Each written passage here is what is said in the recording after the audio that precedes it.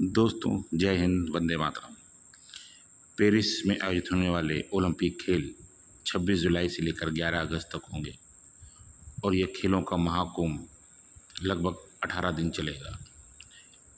इस खेलों में भारतीय खिलाड़ियों का 117 सदस्यीय दल भी भाग लेने जा रहा है।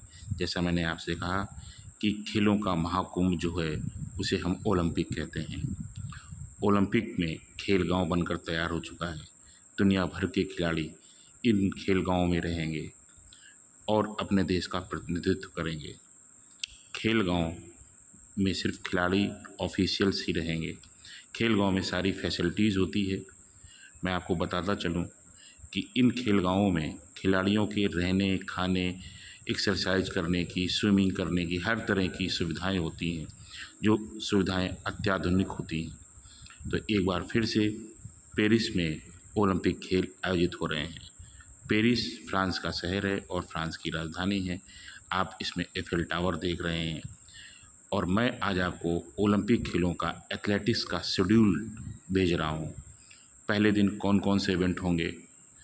जैसा हमने बताया कि एथलेटिक्स को खेलों की रानी कहते हैं और पहले दिन होने वाले इवेंट्स आपकी स्क्रीन पर चल रहे हैं।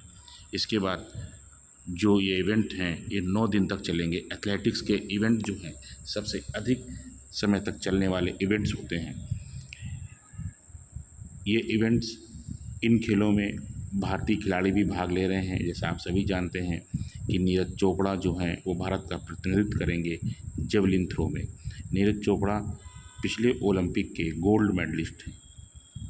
1896 तक से लेकर आज तक सिर्फ एकमात्र खिलाड़ी ने ओलंपिक में मेडल जीता है जो भारतीय है, या हम ये कह सकते हैं जो विशुद्ध भारतीय है, वो है नीरज चोपड़ा। इन्होंने मेडल जीता। हालांकि पीटी ऊषा और मिल्खा सिंह सेकंड के 100वें हिस्से से ब्रॉन्ज मेडल जीतने से चूक गए थे। 1900 में जो 1900 में जो ओलंपिक हुआ था पेरिस में ही हुआ था और उसमें भारत के नॉर्मन प्रिचार्ड जो एक अंग्रेज़ थे, उन्होंने भारत की तरफ से भाग लिया था और उन्होंने भारत के लिए मेडल जीता था। लेकिन बाद में आईओसी ने इस मेडल को इंग्लैंड को दे दिया कि वह अंग्रेज़ था और भारतीय नहीं था। भारत ने हालांकि 1900 के पेरिस ओलंपिक में भाग लिया था, लेकिन आधिकारिक तौर से भारत ने 1920 में जो एम्स्टर्डम में ओलंपिक हुए थे उनमें से प्रतिभाग लेना शुरू किया था। भारत को ओलंपिक खेलों में भाग लेते हुए 104 साल हो चुके हैं दोस्तों।